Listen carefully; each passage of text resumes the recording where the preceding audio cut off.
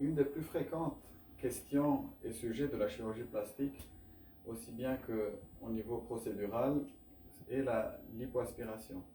La lipoaspiration est un procédé assez vieux qui fait partie même de l'histoire de la médecine, qui a été effectué au 19e siècle déjà par un chirurgien qui s'appelait Charcot, chez un premier cas qui était une danseuse de ballet.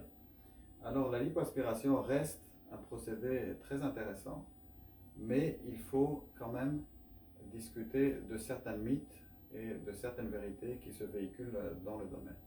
Alors la lipoaspiration a surtout pour indication et donc pour but de enlever des surcharges graisseuses localisées qu'on appelle stéatomes dans certains endroits du corps humain qui gênent esthétiquement.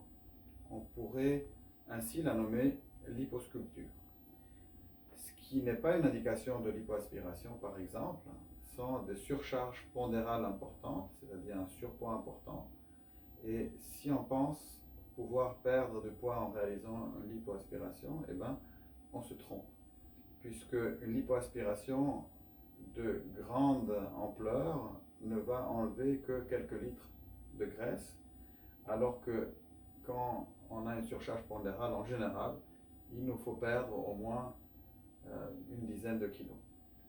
Donc la lipoaspiration ne sert pas à une diminution de son poids physique. Elle peut même être nuisible si on l'utilise pour des buts d'amaigrissement, puisque la graisse dans le corps humain va se localiser à d'autres endroits qui deviennent encore moins esthétiques par la suite.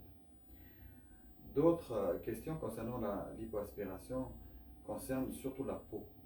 Alors, par la lipoaspiration simple, on n'est pas capable de resserrer la peau. C'est-à-dire que chez quelqu'un qui a un mélange de surcharge de graisse localisée, mais aussi avec une peau relativement distendue, la lipoaspiration en tant qu'indication reste discutable. La lipoaspiration, dans ces cas-là, peut s'utiliser sur des peaux qui sont élastiques et qui vont se remouler sur le corps après sa lipoaspiration, mais ceci doit être discuté en détail avec votre chirurgien une fois qu'il a pu vous examiner et voir votre cas individuellement.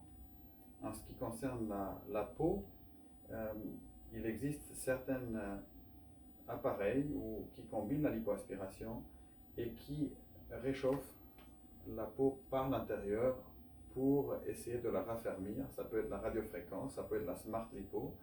Alors, dans ces appareils-là, on retrouve effectivement un vrai compromis entre diminuer le volume graisseux et en raffermissant également la peau.